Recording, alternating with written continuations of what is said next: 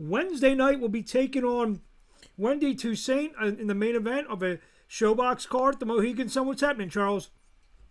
Not much, man. How you doing? We're doing good, doing good. We're a few days out, about 5 days out from the fight. How you feeling?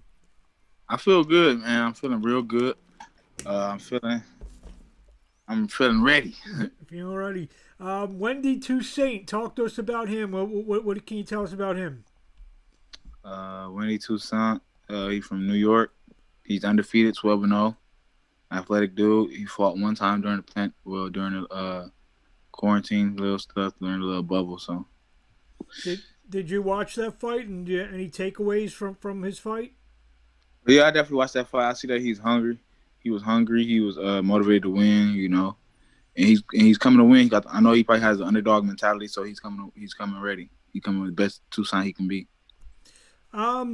You've obviously you continue to take on top competition, and obviously with the quarantine and you've had time to think about. I mean, what with a win on Wednesday night, what do you? I mean, where do you think that you're at? Do you feel you're closer to a one of those like maybe I don't know about elimination bout, but even a bigger step up bout to face one, maybe even the bigger names in the junior middleweight division? Oh yeah, for sure. Like you said, every fight gets me one step closer to that world title. So I'm just taking it one step at a time, one fight at a time, and one round at a time. Each round, we're gonna be racking up them rounds, keep winning. Gonna be in a positive position, great place. You've been slowly working your way up the card. This one's a main event on Showbox. What are your thoughts on that? No, I'm excited. It's my first main event, and it's televised, so I'm real happy with that. I got my brother on the card with me, co-main event, so it's a family thing, it's a duo thing, and I can't wait. Talk about that. I know you've been on TV several times. I believe this is going to be. I don't know if it's going to be his national TV debut, but definitely his first shot. In a real nice place co-feature bout. What's that been like? You guys are trained next to each other, and when you guys were kids, did you think you'd be sharing a national television spotlight together? No, you never thought about. You never think about stuff like that. You just think about. We both gonna be world champions, so it's an honor to fight on there. We got a lot of family and friends that supporting us and pulling for us. So it's always a great thing to get two wins in the family on the same day. There won't be any crowd in there. Does that bother you at all? Not may not bother you, but you've thought about fighting in front of no crowds and everything. I really didn't think about that, to be honest. I just think maybe one thing I can say is that I'm able to hear my coaches a lot better. It's gonna be a lot more quieter, and you can hear punches and see how they affect your opponent a lot better. I know some of your teammates, especially with split team management, they've gone through this bubble process, kind of staying in your room kind of thing. Have you talked to anyone about how to handle that for a few days? That's all I do anyway. It's not nothing to me either way it go. All I do is stay in my room, talk to my family, my friends, coaches, going over the game plan, going over the game plan, laying down, chilling and eating and relaxing. What what are your thoughts? Obviously, we talked about getting in a bit better position in the junior middleweight division. Jermell Charlo obviously really solidified himself the other night. Are you think I know it's one fight at a time, but you're human. Do you think that far ahead to maybe guys like that? Oh yeah, of course. You gotta. I keep my eyes on everybody in the division, people in front of me and behind me. So because I never know who I'm gonna have to fight or when I'm gonna have to see him. So I keep my eyes on everybody in the division. So what are your thoughts on Jermell Charlo then? I think he's a good fighter. I think he's the top 154 pounder right now because he got 3 belts and he's been the most dominant so far out of all the other all everybody else in the division. So I say he's the number 1 right now.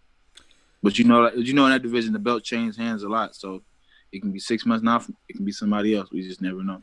I mean, it's a real good division to be in. Obviously, you mentioned guys. There have been a lot of guys who have called themselves world champion, from Lara to Hurd to J-Rock to Jermell Charlo to Tony Harrison to Rosario. So you feel that you have a chance. And a lot of those guys, you're fighting on Showtime on Wednesday night. A lot of those guys fight on Showtime as well. You feel some of those guys are in your maybe closer future than maybe later? Oh yeah, I for sure think I might end up seeing one of those guys in a world title eliminator or something like that, or maybe they might have the title, like you said. The belts change hands so much, they might have the title, or I might have to see them in the title eliminator. So yeah, I'll definitely keep my eyes on all those guys. How many fights away is that for you think? I think that it can happen at the end of next year. In the next year, I can see that happening, either the world title eliminator or maybe a world title shot sometime next year, probably like the end of next year. But what did you do, Dora? I know I talked to you very early in the quarantine process. What did you do to kind of stay in shape? I know you know you're in Cleveland, and I know you train out in Toledo with that group out there. What did you do, to kind of stay ready? Just stay in the gym as much as possible, you know.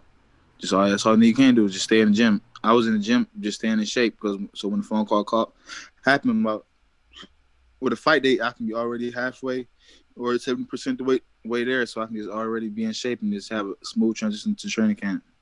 Anything you want to say to the fans out there in closing before we see you on Wednesday night? Man, just make sure you guys tune in October 7th on Wednesday night, man. It's gonna be a great show. You're gonna see me get my hand raised, a dominant performance. Another question I thought of. Obviously, this is your first fight since becoming a daddy. What his smile lights up. So I mean, what kind of motivation is that? Knowing that you're fighting for your child now.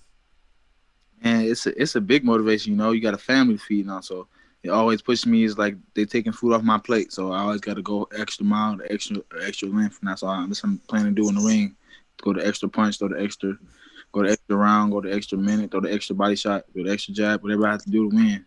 How often does that come into your mind when you're training? It comes like, every time I feel like I need to push myself, I think about it. So whenever I feel like I'm getting a little tired or I'm getting a little fatigued, I gotta make sure I just think about that, and it helps motivate me and push me to the next limit. So that really is more than it's not just a cliche when people say about the motivational factor. I mean, it's real.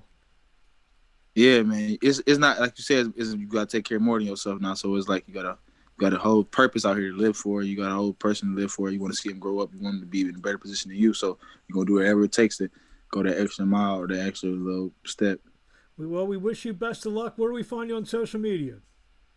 You can find me on all social media platforms at Charles Conwell. There he is. Well, we'll see you Wednesday night. We're looking forward to seeing you back in action. One of the top and undefeated. I don't even want to call. Do I still call you a prospect or are you a contender?